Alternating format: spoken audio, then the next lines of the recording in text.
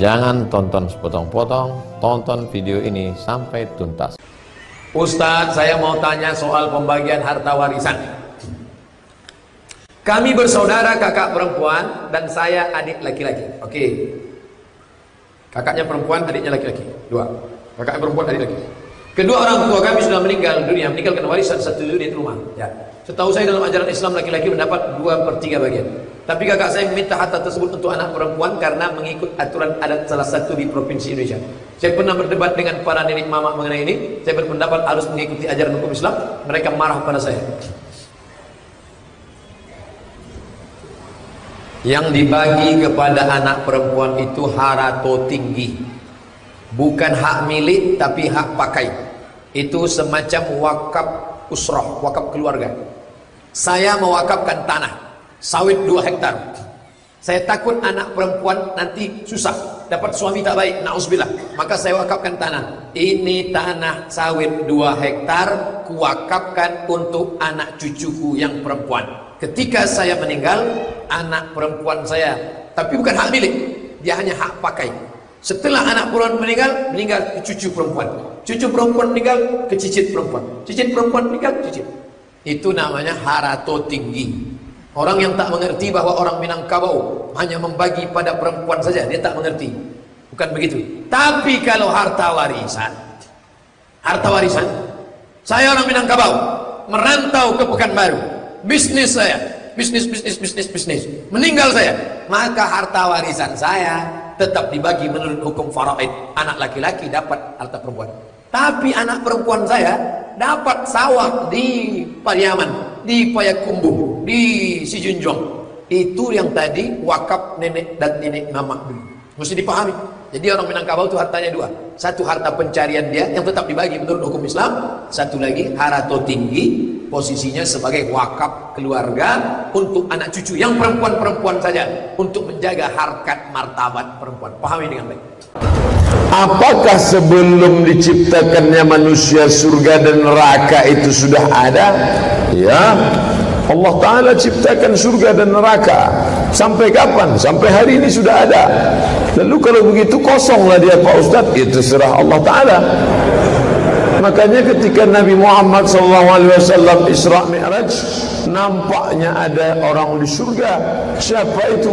Orang di surga yang meninggal dunia, diletakkan rohnya di dalam paruh burung berwarna hijau. Burung itu terbang hinggap ke mana tiang mau dia suka. Begitu disebutkan dalam kitab Roh yang ditulis oleh Imam Ibnu Qayyim Al-Jauziyah. Dia belum masuk surga, tapi hanya sekedar mishwar, jalan-jalan saja di surga.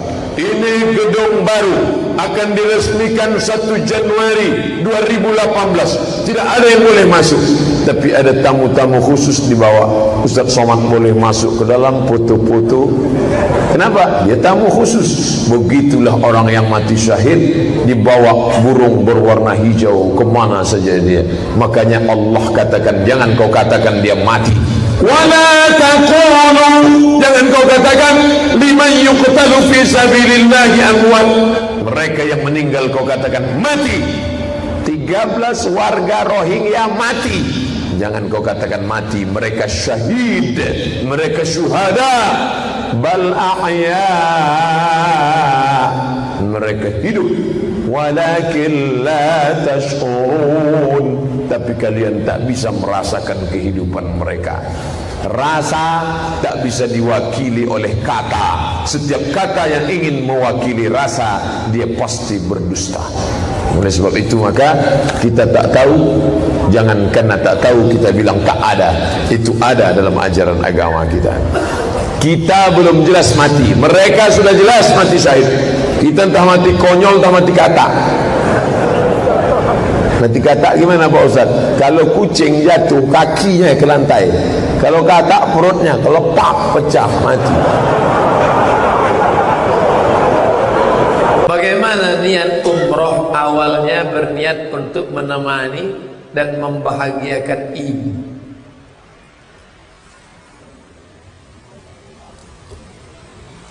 Niat itu letaknya di hati. Isi niat itu adalah mukhlisina lahuddin. Contoh, saya masuk ke rumah makan, panas ini. Di rumah makan tuh ada wastafel, ada WC, ada toilet. Karena panas saya ambil air, saya masukkan muka, ke tangan, ke kepala, ke telinga, ke kaki. Itu tidak bernilai ibadah, karena tak ada niat. Tapi begitu saya niatkan, nawaitu raf'al hadasil asghari listibahati salati fardu alayya lillahi ta'ala, maka berubah dia menjadi ibadah. Pergi ke Makkah, nemani ibu, niatnya hanya sebagai berbakti. Tapi kalau diniatkan labbaik Allahumma umrah, aku niatkan untuk umrah, menyambut panggilan Allah, maka dia berubah menjadi ibadah. Oleh sebab itu maka niatnya tetap. Kamu pergi umrah, iya, nemani ibu saya. Ini niat umrahnya untuk saya, berbakti kepada ibu, membawa tangan ibu kalau ibu tak bisa didorong pakai kursi, melontarkan jumrah kalau pergi haji, ibunya tak bisa melontar, bisa diwakilkan. Melontar jumrah itu bisa diwakilkan. Wukuf yang tak bisa diwakilkan, maka dua-dua dia dapat, hajinya dapat, umrahnya dapat, dan berbakti kepada ibu dapat.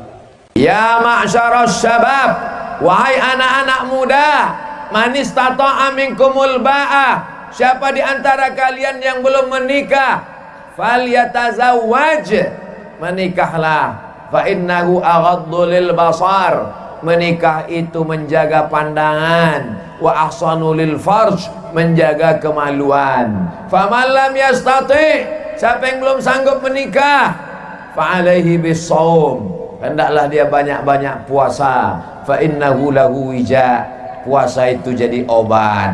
Anak-anak muda yang belum cukup duit modal untuk nikah, kalian banyak puasa, puasa aja tiap hari. Kalau kalian banyak puasa, nanti ditunjukkan kawan, ada cewek, mana itu yang jilbab merah, entah macam semangka aja gue tengok.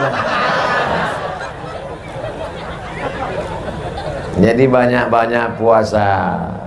Ibu-ibu, kalau dapatlah menantu yang soleh macam panitia ini, jangan sampai kalian lewatkan. Karena mencari laki-laki yang soleh sekarang ini susah, ibu. Kalau mereka nanti datang meminang anak gadis ibu, tolong maharnya jangan tinggi-tinggi ya bu.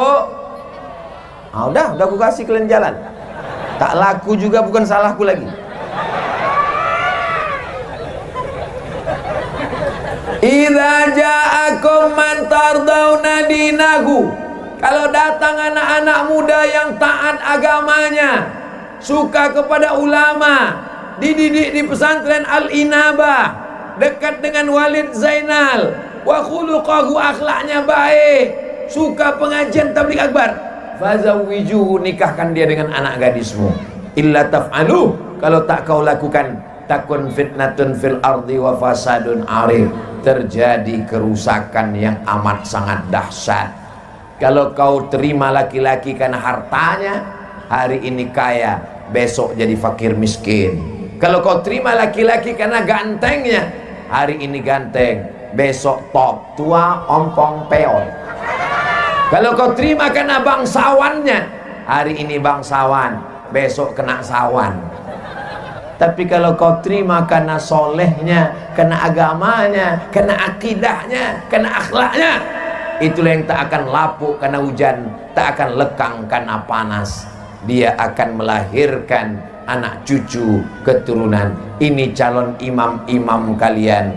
Ya Allah, pertemukan anak-anak gadis yang solihah-solihah ini dengan anak lajang yang soleh-soleh ini dengan cara yang baik-baik ya Allah, sehingga lahirlah keturunan yang baik-baik insyaallah. Ayah ya, gimana ayah jumpa dengan emak dulu? Kami jumpanya waktu tabligh akbar di Manggi. Gimana ceritanya jumpa? Waktu itu pas sudah selesai acara Ustadz Somad, pas kami bubar, waktu aku sedang nyari-nyari selok, itulah kepalaku terbentur sama kepala emak kau. Tuh, pas kami pandang,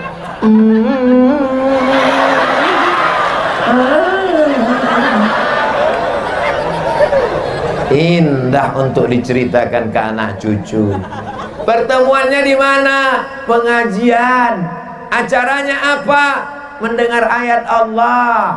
Ada pacaran-pacaran. Kami tak pernah pacaran. Setelah tatapan itu, aku pun datang ke rumah kakekmu, datukmu. Aku pun diterima, kami pun menikah. Setelah itu kau pun lahir. Setelah 9 bulan 10 hari. Di Manggi mengandung masih 9 bulan 10 hari. Serius saya bertanya ini. Di Manggi orang mengandung masih 9 bulan 10 hari. Alhamdulillah. Di tempat lain tinggal 4 bulan aja lagi. Nikah Januari, Mei lahir. Ini yang saya katakan ini true story, kisah nyata atau hoax? Nyata. Apa namanya? MBA, Married by Accident.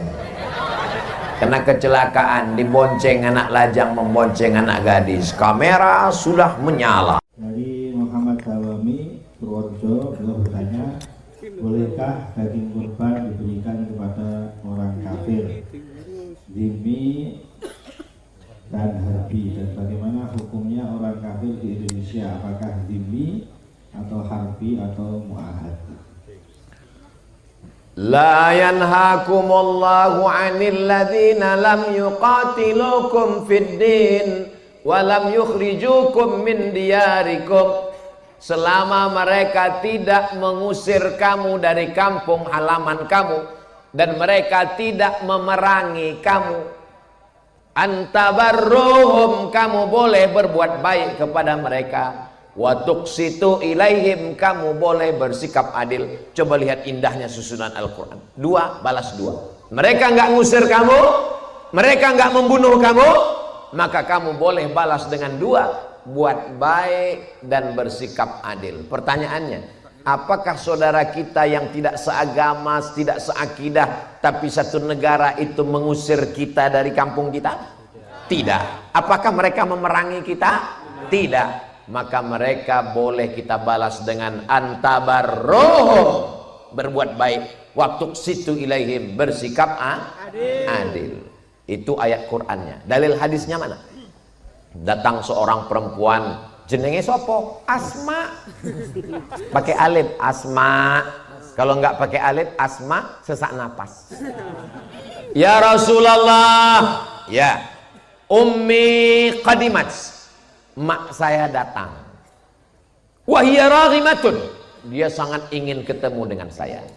Afa asiluha, bolehkah saya menyambung silaturahim dengan dia? Dia enggak Islam, boleh apa enggak boleh? Kata Nabi, siliha, silakan sambung silaturahim. Afa utiha, boleh saya beri dia hadiah? Kata Nabi, i'tiha, berilah dia hadiah. Ini dalil boleh memberi daging kurban kepada non muslim. Berdasarkan hadis Asma, diizinkan Nabi memberikan hadiah.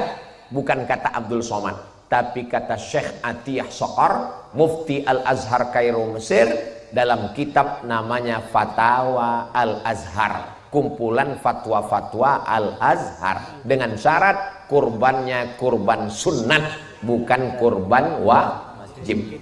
Kurban wajib itu yang mana? Kurban nazar. Saya bernazar kalau anak saya lulus PNS saya mau berkurban ya Allah, tapi kalau nggak lulus saya nggak kurban sampai mati. Itu namanya kurban wajib, nggak boleh dikasih non muslim. Tapi kalau kurban sunat maka boleh dibagi. Tapi ingat, syarat dan ketentuan berlaku. Jangan sampai ada orang Islam yang rajin ke masjid, rajin pengajian, malah nggak dapat. Maka pemerataan dari laporan RT RW beserta masyarakat datanya mesti valid, maka sesuai dengan musyawarah kesimpulannya tetap dapat. Demikian. Wallahu a'lam bishawab. Di saat ibu saya melahirkan, ibu saya meninggal. Allahumma fir laha warhamha wa'afiha wa'fu anha. Allahumma ja'al qabraha rawdatan min riyadil jinan. La taj'al qabraha hufratan min hufail niran. Tak sempat saya menyusu dengan ibu saya, dan saya tak kenal wajah ibu saya. Bisakah nanti saya jumpa ibu saya itu di akhirat? Almar'u ma'aman ahab, orang akan bersama dengan siapa yang dia cintai. Dihanyutkanlah Nabi Musa ke dalam sungai Nil karena mau disembelih Fir'aun. Sesudah anak tadi hanyut di sungai Nil, diambil oleh istri Fir'aun. Istri Fir'aun waktu itu sedang mandi di tepi sungai dengan dayang-dayang, nampak kotak kayu. Mereka pun mengambil kotak kayu, dayang-dayang mengambil kotak kayu, dibuka, ditengok, wow, amazing. Punya ada budak anak bayi di dalam. Dibawalah ke dalam. Budak kau menangis, tak berhenti-berhenti menangis. Maka Fir'aun pun mengadakan musabaqah lomba menyusukan anak. Siapa yang bisa mendiamkan budak itu, maka akan menjadi ibu susu Musa. Disitulah cara Allah skenario mengembalikan Musa kepada ibunya. Yang ikut mengantri itu omaknya, namanya Yohanes. Begitu datang ibu yang satu, mau nangis. Rupanya ibu kau habis makan sambal belacan, podeh. Datang ibu satu lagi, mau nangis. Pas omak kandungnya, diam si anak. Anak bayi tahu di mana omaknya, walaupun dia tidak berakal, belum, tapi insting. Ada seorang ibu meninggal dan dia berpesan, kalau aku mati jantungku donasikan untuk si fulan. Maka setelah dia mati, dicabut jantungnya, dicangkok, ditempelkan kepada orang yang hidup. Anaknya menangis karena dia waktu melahirkan itu dalam keadaan hamil. Anaknya menangis siang malam. Tiba-tiba didatangkan yang baru operasi itu, pegang, diam. Badannya lain, jantungnya sama. Detak jantung omak menenangkan anak. Rahasia Allah SWT. 9 bulan 10 hari dikandung. InsyaAllah jumpa kita dengan omak. Bagaimana cara menghindar debat yang baik Pak Ustaz, tidak kasar? Udu ila sabili rabbik, ajak orang ke jalan Allah bil hikmah, kata-kata yang santun, tak mempan. Wal mau'izatil hasanah, suri tauladan yang baik, tak mempan.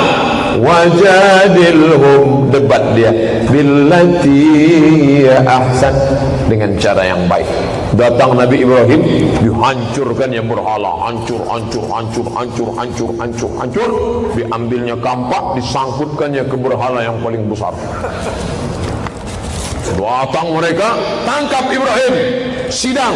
Anta fa'alta hadha bi alihatina ya Ibrahim, engkaukah yang melakukan ini kepada Tuhan-Tuhan kami ya Ibrahim? Apa jawab Ibrahim? Bal fa'alahum kabiruhum hadha, yang melakukan ini Tuhan yang paling besar. Fas'aluhum in kanu yantiqun, kalau kalian tak percaya tanya aja mereka. Ibrahim mengajarkan rasionalitas. Mereka panas. Orang kalau sudah kalah otak, yang main otot. Maka raja marah. Ibrahim, dengan otak kami kalah, sekarang dengan otot bakar dia. Kumpulkan segala kayu-kayu, bakar Ibrahim, masukkan dia ke dalam. Ibrahim dimasukkan ke dalam, baru datang mukjizat. Mukjizat datang belakangan, seperti polisi film India.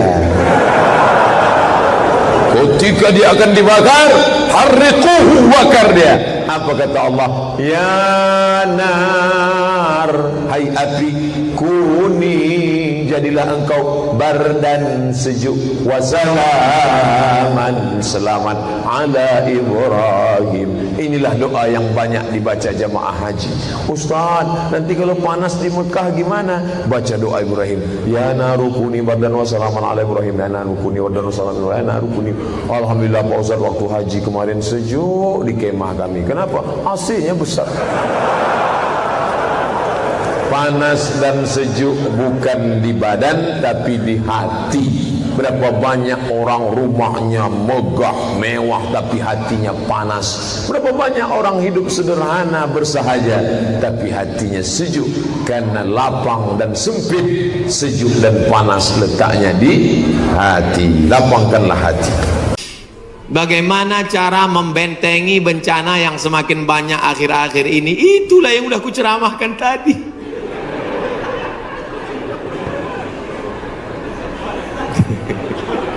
Itulah yang udah kita bicarakan selama 1 jam 15 menit tadi, brother.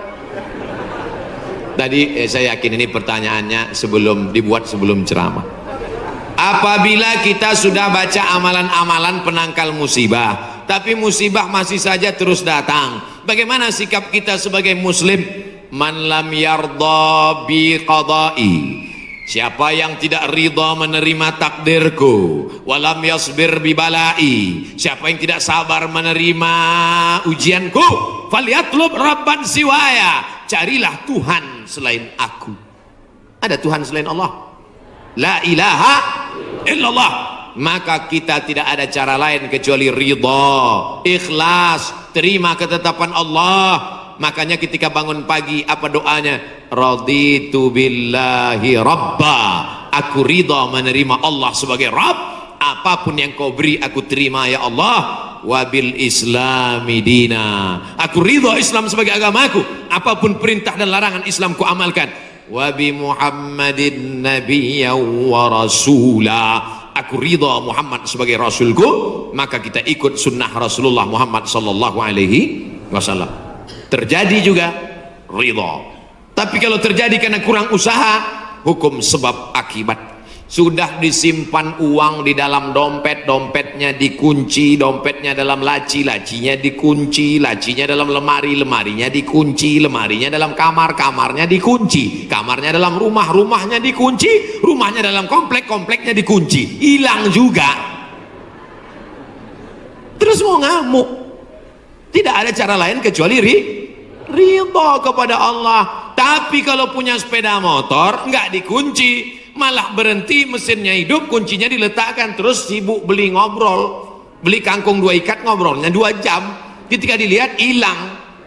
Terus ketika hilang suaminya nanya, mana motor kita? Ridho mas. Itu bukan ridho, goblok. Mohon maaf saya keceplosan. Oleh sebab itu maka tetap ada Ahlus Sunnah wal Jamaah mengajarkan kita ada namanya al-kasbu wal ikhtiar. Bahasa kitanya namanya usaha. Kalau pemerintah menyuruh pakai masker, usaha. Jangan tidak ikut. Suruh cuci tangan sering. Sebetulnya kita nggak perlu belajar masalah cuci tangan. Ada nggak ada virus kita tetap cuci tangan, betul? Subuh cuci tangan, zuhur cuci tangan, asar cuci tangan, maghrib cuci tangan, isya cuci tangan, tahajud cuci tangan, witir cuci tangan, duha cuci tangan. Orang Islam paling sering cuci tangan. Makanya saya heran kalau sampai anak-anak kita diajarkan, mama siapkan gayung sama sabun. Untuk apa nak? Hari cuci tangan internasional. Loh, kita nggak perlu diajari cuci tangan. Nanti takutnya 20 tahun akan datang ada lagi namanya Hari Cebok Nasional. Dari 14 abad yang lalu kita sudah bersih, betul? Tidak akan ada bakteri bersarang di ujung-ujung jari kita karena kita paling sering cuci tangan. Tidak akan ada bakteri yang bersarang di ujung kuku kita karena kita paling potong kuku hari Jumat. Kalau seminggu tak akan mungkin kukunya panjang. Makanya Nabi berkata, azfaraka, kukumu kenapa panjang? Inna syaitana yaqudu ma tala minha, setan duduk di kuku yang panjang. Makanya pertama yang dijaga dalam Islam adalah kebersihan. Kuman datang, binatang dipotong. Setelah dipotong darahnya keluar karena ternyata bakteri ada di dalam darah. Setelah darahnya keluar, dipotong-potong, dicuci sampai 4 kali. Ibu, saya tidak punya saudara perempuan, waktu masih kecil di rumah bantu ibu di rumah, jadi suruh cuci. Selamat cuci daging, saya cuci. Kalau ayam 2 kali, kalau kambing 4 kali. Kenapa gitu mak? Ayam kakinya 2, kambing kakinya 4. Saya nggak tahu anak kecil. Sekarang saya baru tahu, ternyata ayam dagingnya putih, darahnya nggak banyak, 2 kali sudah bersih. Tapi kambing sekali masih merah, 2 kali masih merah, 3 kali agak pucat, 4 kali bersih. Setelah itu baru dimasukkan, dibuang airnya, disolawatkan, baru dimasak. Mereka tidak, kambing tidak dipotong, kambing matinya di stunning. Ada pistol tapi pelurunya nggak keluar, ditahan. Itu skalanya 8, ditembakkan ke kening sapi, tembak ke kening sapi, sapinya mati, darahnya nggak keluar.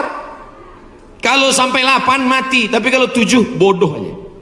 Itu sapi-sapi dari Australia yang datang ke tempat kita yang liar seperti banteng, itu ditembak otaknya skala stunning 7. Bodoh. Ibu kalau ada bapak yang liar, tembak skala itu. Bodoh. Mas, mama mau pergi arisan, pel lantai, mandikan anak, dan papa. Nah itu udah kena stunning. Jangan diamal. Tidak dipotong, hanya stunning 8 skala, akhirnya sapi tumbang, darahnya masih dalam daging, bercampur dengan darah bakteri penyakit, dipotong-potong, diletakkan di atas api yang tidak terlalu matang, bolak-balik, nggak dicuci, darah nggak keluar, masuk ke dalam roti, dicampur, dimakan, barbecue. Habis dimakan, kena penyakit, medco, ko sapi, med gila, medco sapi gila. Sapi aja yang halal bisa menjadi penyakit, apalagi yang dimakan kelelawar, Batman. Maka kita disuruh kulu, makanlah. Tapi yang dimakan itu apa? Min thayyibat. Thayyib artinya baik, baik. Dulu thayyib baik, sekarang thayyib nggak pulang. Mohon maaf Pak Thayyib nyantur sih. Masya Allah. Saya diberi seorang anak, istri saya mengandung, sekarang masuk 7 bulan. Apa amalan afdal untuk saya sebagai suami untuk kebaikan kandungan? Perempuan yang sedang hamil itu hatinya risau, takut nanti melahirkan susah, takut nanti sesar, takut diganggu jin. Maka hatinya tenang dengan zikir, banyak-banyak sholawat. Allahumma sholli ala sayyidina Muhammad wa ala ali sayyidina Muhammad. Allahumma sholli ala sayyidina Muhammad wa ala ali sayyidina Muhammad. Makanya Pak Kiai selalu nyuruh, gimana nih Pak Kiai, istri saya hamil, baca surat Yusuf supaya hatinya tenang. Padahal tujuan Pak Kiai baca surat Yusuf supaya hatinya tenang dan anaknya soleh, tidak mau berzina seperti Nabi Yusuf. Cuman kadang ibu hamil ini salah sangka, disangkanya anaknya ganteng macam Nabi Yusuf. Pas lahir hitam komplain. Pak Kiai, iki anaknya ireng piye iki?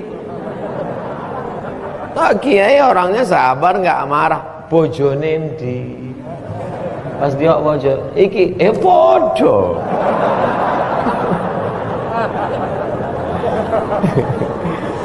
Nah, setelah itu kita jangan salah paham dulu.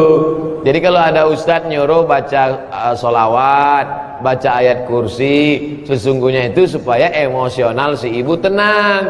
Kalau ibunya tenang, anaknya juga ikut tenang. Salatullah salamullah ala taha rasulillah. Salatullah salamullah ala yasin habibillah.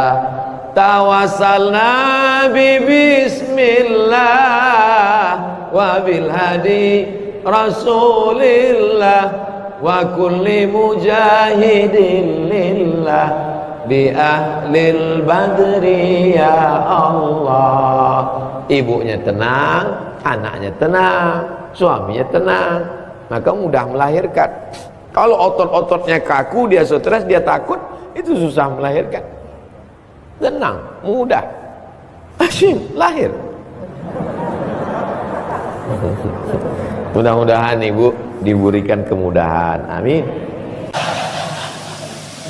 Mohon penjelasan tentang hadis ini Pak Ustaz. Li salasati ayam min kulli syahr wasani. Ini kalau mengutip hadis jangan langsung enter. Ketika dienter susunan hadisnya kacau balau. Ketika hadis Arab langsung kursornya pindah ke kanan, nanti setelah enter baru kursor pindah ke kiri untuk Latin. Nah, ini hadisnya kacau balau nih. Bunyi hadisnya yang sahih, wasani khalili, khalili ausani khalili, orang yang paling sayang kepada aku sedang berwasiat kepada aku. Yang bercakap ini Abu Hurairah, yang dimaksudnya orang yang paling sayang sama dia adalah Nabi Muhammad SAW, supaya aku jangan sampai meninggalkan 3 hatta amuta, sampai aku mati. Apa dia? Yang pertama adalah li salasati ayam min kulli syahr, puasa 3 hari setiap bulan. Yang kedua sholatud duha, melaksanakan salat duha. Yang ketiga wa naumin ala witrin, sebelum tidur malam salat witir. Pulang dari sini ambil wudu, salat witir, usolli sunnatul witri salasa raka'atin lillahi ta'ala. Habis itu tidur. Bagus salat witir sebelum tidur. Abu Hurairah, sahabat Nabi yang salat witir sebelum tidur 2, Abu Hurairah sama Abu Bakar. Itu yang ada dalam hadis. Mana dalilnya? Nih, yang Abu Bakar, Nabi tanya Abu Bakar, ya Abu Bakrin mata tutiru, Abu Bakar kapan kau salat witir? Ba'dal atamah, habis isya sebelum tidur salat witir. Manfaat salat witir sebelum tidur, kita tidur dalam keadaan suci. Dulu mak kita nasihati kita sebelum tidur cuci kaki, cuci tangan, makan obat cacing. Jangan lagi begitu. Tempel hadis di dinding. Nah, sebelum tidur kau salat witir dulu. Bagus. Nanti malam tahajud aja, tak witir lagi. Karena tak boleh witir dalam semalam 2 kali. La witrani, tak boleh 2 kali witir dalam semalam. Puasa 3 hari dalam sebulan, 13, 14, 15 ayamul bait. Ternyata ketika matahari dengan bulan peredarannya itu berpengaruh kepada laut, pasang surut, berpengaruh juga pada kelembaban tubuh kita. Kelembabannya tinggi pada saat 13, 14, 15, maka dikurangkan makan minum, sehat. Maka puasa bagus 13, 14, 15 secara medis. Cari dokter-dokter yang Islam. Bayangkan kalau anak bapak ibu kuliah fakultas kedokteran, dia jelaskan tentang ini, orang percaya. Kalau saya yang jelaskan, entah iya entah tidak, Ustaz. Bukannya paham dokter bilaunya kuliah kedokteran. Nah, itulah pentingnya sekarang integrated kurikulum, integrasi kurikulum. Sekarang ada dokter tak paham hadis, ada paham hadis tapi tak paham dokter. Anak ibu paham dokter, paham hadis. Yang lebih parah udah tahu dokter tak pula tahu hadis. Nah, lalu kemudian sholat duha jangan sampai tinggal. Lalu kemudian sholat witir sebelum tidur malam. Baik. Tapi ibu-ibu yang sudah terbiasa, saya Pak Ustaz tidurnya wudu tidur, nanti malam saya tahajud baru witir. Bagus, tak salah. Witir pilihannya 2, ba'dal atamah, setelah isya mau tidur malam, atau nanti malam ditutup setelah tahajud. Dua-duanya baik. Ala hazin niyah al-fatihah. A'udzubillahi minasyaitonir rajim. Bismillahirrahmanirrahim. Alhamdulillahirabbil alamin. Arrahmanirrahim. Maliki yaumiddin. Iyyaka na'budu wa iyyaka nasta'in. Ihdinas siratal mustaqim, siratal ladzina an'amta 'alaihim ghairil maghdubi 'alaihim waladdallin. Amin. La tada' lana fi maqamina hadza dzamban illa ghafartah. Segala dosa kami ampunkanlah ya Allah. Wala aiban illa satartah. Segala aib cacat kami tutupilah ya Allah. Wala musafiran illa wasaltah. Yang musafir sampaikan ke tujuannya ya Allah. Wala maridan illa syafaitah. Yang kau uji dengan sakit, angkat penyakitnya, sehatkan dia untuk selamanya ya Allah. Wala mayitan illa rahimtah. Yang meninggal dunia ampunkan, maafkan, curahkan rahmat untuk dia ya Allah. Wala mumtahinan illa najahtah. Yang akan ujian, luluskan dia menjadi hakim pengadilan tinggi, luluskan dia menjadi mahasiswa fakultas kedokteran, luluskan dia segala cita-citanya ya Allah. Wala hajatan min hawaijid dunya laka ridha wa lana fiha salah. Segala hajat kami di dunia di akhirat baik bagi kami dan engkau ridha pada hajat itu, illa qadaitaha wa yassartaha, maka mudahkanlah dan mudahkanlah ya Allah.